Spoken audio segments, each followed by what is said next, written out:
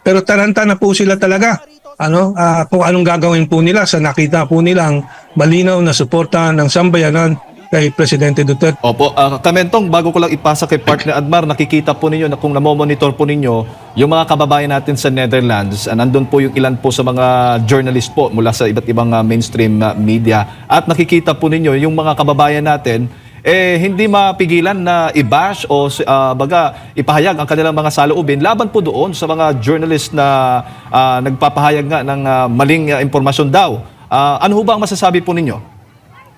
Well, hindi naman po bobo ang madla, Kaya po nahalata na at nabubunga sila, yung taga GMA7 na babaeng reporter nga na huli off cam na naka-on ng mic na nilalait po ang mga pro Duterte o yung mga sumusuporta kay Presidente Duterte, nabunga. So, napakalinaw, alam na po ng taong bayan kung anong totoong balita galing sa totoong sources, makatotohanan ng sources, at ano ang mga fake news galing sa fake sources na nagtatayo na sila ang journalist daw and so on. Pero lahat po sila bayaran. And dito sa ating media sa Pilipinas, importante po na aking bigyan ng diin na yung mga kontrolado ng mga oligarchs na media, Inquirer, Philippine Star and so on, sila po talaga ay tinataniman araw-araw, bawat oras ng mga fake news para linlangin ang sambayanan. Pero hindi na po malilinlang ang sambayanan. Nakita po natin dito, naked truth po ang ginawa nila laban kay Presidente Duterte na pangapi na hindi na po matanggap ng sambayanan. Kamento, magandang umaga, si Admar po ito. Nakikita niyo po ba yung pagtatangka na magkaroon ng masira yung kampo ng mga Duterte? Kasi laging sinasabi may source sa loob, meron ding sinasabi na may traidor daw sa loob. Hindi po ba parang ginagawa nila ito ng paraan para magkaroon ng disunity sa hanay po, sa kampo ng mga Duterte? Malinaw po yan at yan po ay SOP, Standard Operating Procedure sa mga intrigador at mga subversibo at mga espiya ng administrasyon at ng Amerikano. So yan po ay to be expected, pero yung ating nakikita pong unity ng sambayanan at ng mga maprinsipyo po sa buong mundo, hindi lang po sa mga Pilipino, ay nagkakaisa po sa katotohanan at sa hustisya. Kaya po aking malaking paniwala talaga na maililigtas natin si Presidente Duterte sooner than later dito sa kapahamakan na ginawa po nila BBM laban kay Presidente Duterte. May claim naman po yung isang police official na hindi naman daw po marami ang mga sumusuporta dito sa dating Pangulo. Mas, kumbaga, maingay lang daw. Mas marami daw ng mga Pilipino ang sumusuporta sa aksyon ng pamahalaan na ginawa nila sa dating Pangulo. Ikaw ba'y naniniwala dito? Considering na after nung ma-aresto or isinuko ng Pilipinas si former President Duterte, kaliwat kanan na po ng mga mass action ang sinagawa Luzon, Visayas at Mindanao maging sa iba't ibang bahagi ng mundo. Well, kahit ako na veterano na po sa organizing ng mass action since I was a teenager, since 18 years old, ako is 74 na po. Wala po akong nakitang ganitong spontaneity, meaning yung talagang kusa at parang mga kabute na kusang tumutubo na mga protesta sa buong mundo, sa buong mga OFW community sa iba't ibang bansa. Pati sa barko ng tanker, nag-organisa po ang ating kapwa Pilipino ng protesta, binidyo po nila at pinadala sa buong mundo. Everywhere po in the world. But not only us Filipinos, but even international citizens, yung mga citizens na iba't ibang mga bansa. Yung mga komentarista po na tulad ni George Galloway ng Britannia at iba pa po sa Amerika, sila, well, I cannot remember all the names right now dahil napakarami po. Talagang kitang-kita naman yung lantarang pang-api kay Presidente Duterte at hindi po nila matanggap at nagsasalita po. Ang ipakita po ng administrasyon at ng policeman na yun, kung sino man yun, nasaan ang tao nila? Ilang buwan na po, hindi pa po nangyari itong pag-traidor kay Presidente Duterte na ginawa ni BBM. Mula pa po nung KOJC hanggang doon sa massive rally ng Iglesia ni Cristo ay nakita po natin milyon-milyon lagi ang lumalabas para kay Presidente Duterte at laban po dito sa panloloko ng administrasyon ni BBM, no? So, I don't know kung sinong pulis yan, but manloloko din yan. Basta't magkakasama silang manloloko. Ano? Opo, at ngayon po ay hindi na mapipigilan itong tunay talaga na issue kung bakit nagkaganito po ang Marcos at Duterte.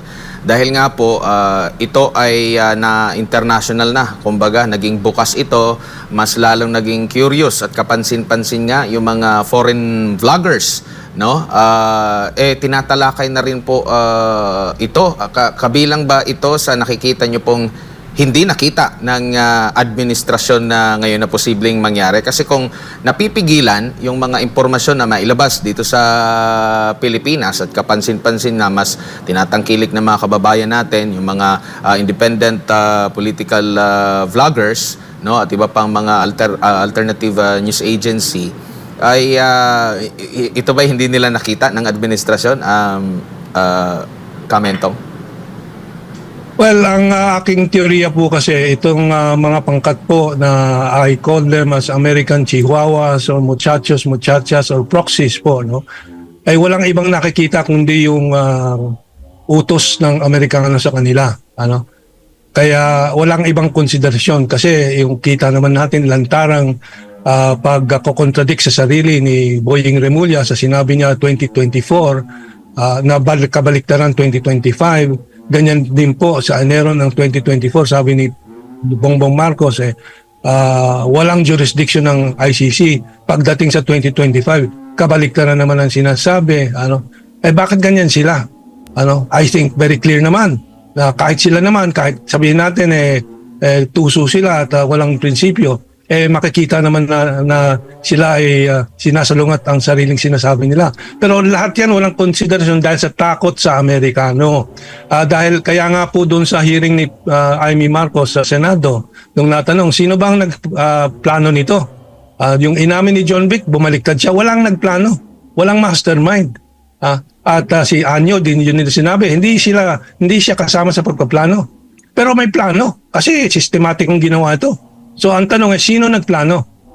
Siguro Anyo can honestly say hindi siya nagplano kasi ang nagplano Amerikano at inutusan sila.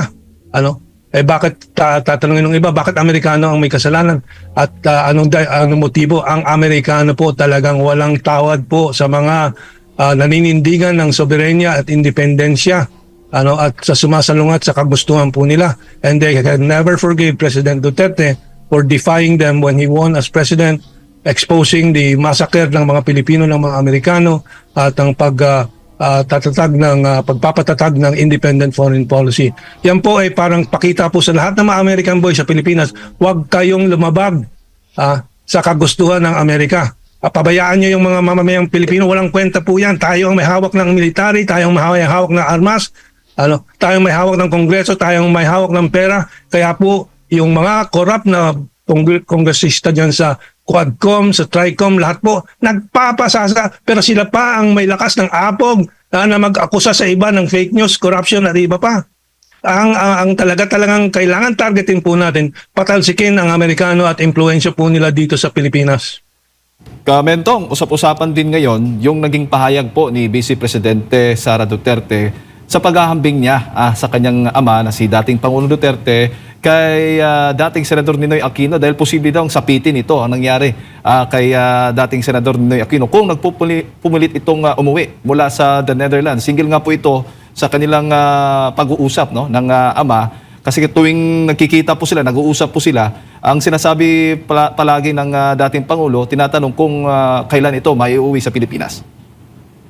Well, talagang malinaw na posibilidad po yan dahil desperado po itong mga pangkat ni Bongbong Marcos doon sa kinalalagyan na po nila, wala po silang mapuntahan at pag makabalik po si Presidente Duterte ay disaster po sa kanila, immediate collapse po.